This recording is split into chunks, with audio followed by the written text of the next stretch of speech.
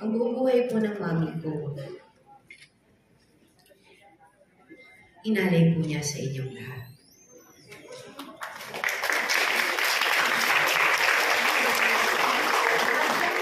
Inalay po niya sa inyo. Shinare po niya sa inyo.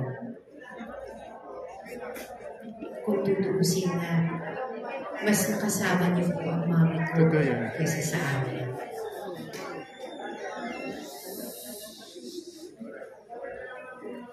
Mas marami pong oras na naalay ang mami ko sa inyo kaysa sa amin.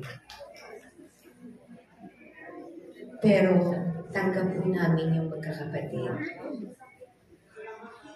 Tanggap po namin na mahal niya kayong lahat. Lagi po niya kayong unahin dahil alam po niya, hindi dahil sa inyo, wala rin siya.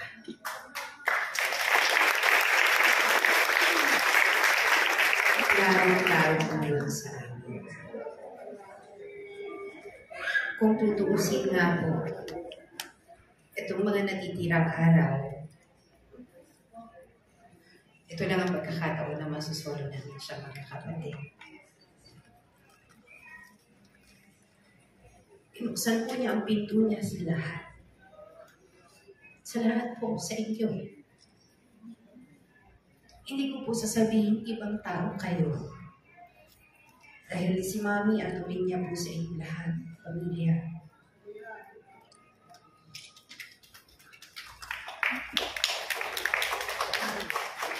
Kung ano man po ang pinakita kabaitan ng mami ko,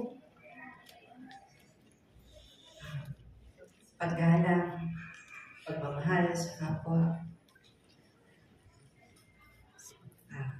yun po ang ituturo niya sa amin magkakapatid. Sana po manatili ang alaala ng aking ina, sa inyo habang buhay.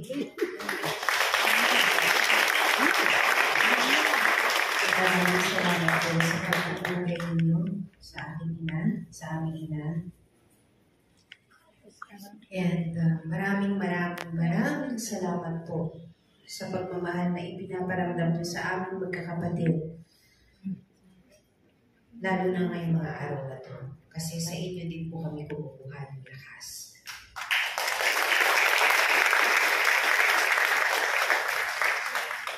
Kaya thank you po. Thank you from the bottom of our hearts. From me, from Ian, from Adet, from Kipo, from Ken. Kaming magkakapatid, we will forever be one because of our mom.